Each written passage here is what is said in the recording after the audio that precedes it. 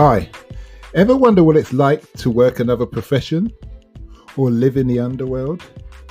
Listen to unsuspecting riders give a 10 to 15 minute personal masterclass as I spontaneously interview them as they enter my taxi. I'm your host, Simon Rushton, and this is Taxi Chronicles.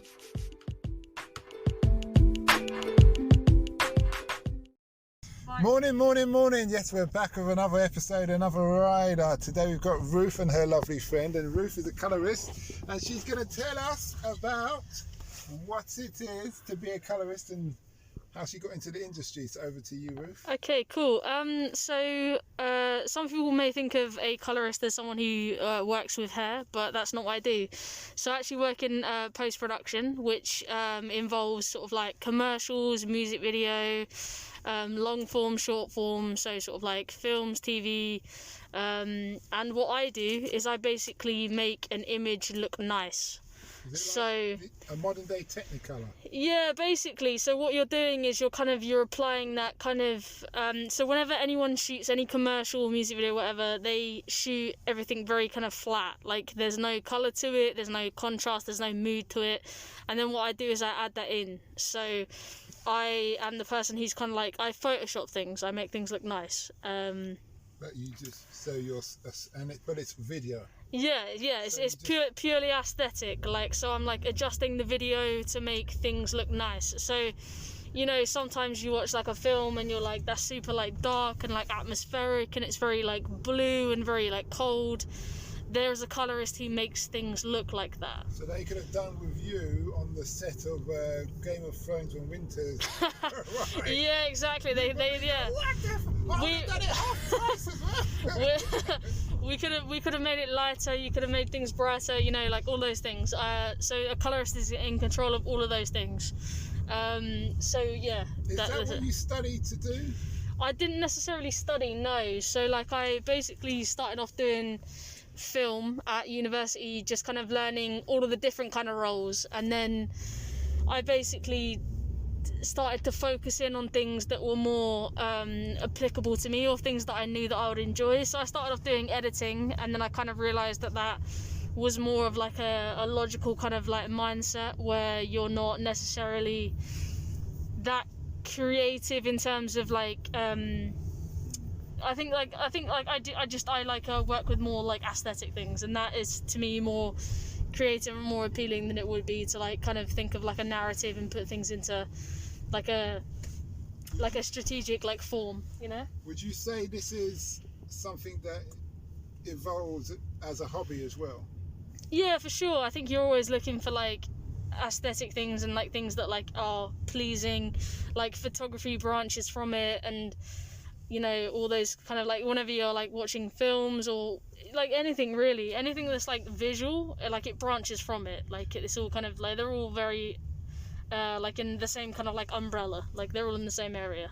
What would you say you've learned in the industry that you wish you knew when you started?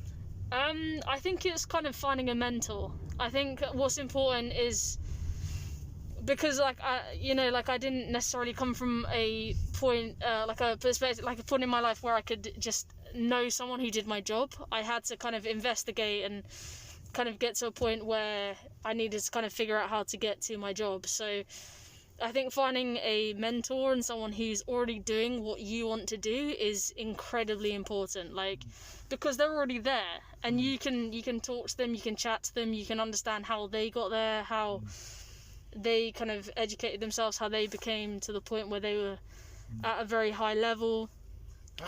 How did you go about finding that mentor?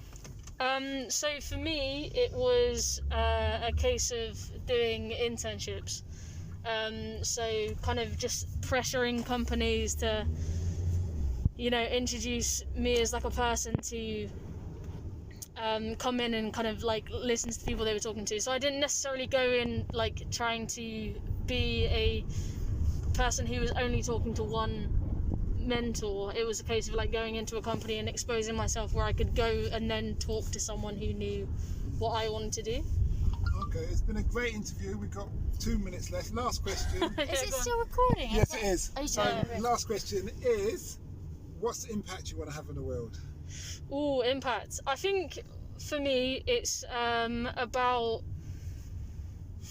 Oh, that's interesting. I think it's about ensuring that we can all have like a good access to the same kind of resources. I think coming from like a lower income background, I kind of like accidentally like mingled my way into like a place where I found like a very good job with like that was very niche. And I think what's important is educating people who come from low income backgrounds, who aren't as fortunate, to understand what it is to look at different roles and like find different parts in the industry that you wouldn't necessarily think of because you aren't educated and people around you aren't having those like things, like they aren't in that job role. I think for me, just kind of ensuring that people that come from like a lower income or class background have the education or the opportunity or have the awareness that these roles exist and that they are attainable. You just need to know what to do and the people to talk to, and everything's achievable.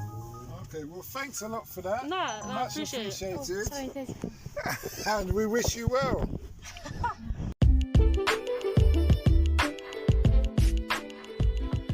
We hope you liked that interview. Don't forget to like, share and subscribe to get the latest daily episode. Ever considered investing in the continent with the fastest growing economy and population on Earth? The same continent that holds 30% of the world's known natural resources? Then listen to our sister podcast, Africa Investor Stories, where you will hear real investors with real stories from around the world share their experience of investing in Africa. We post Monday and Thursday at 10 a.m.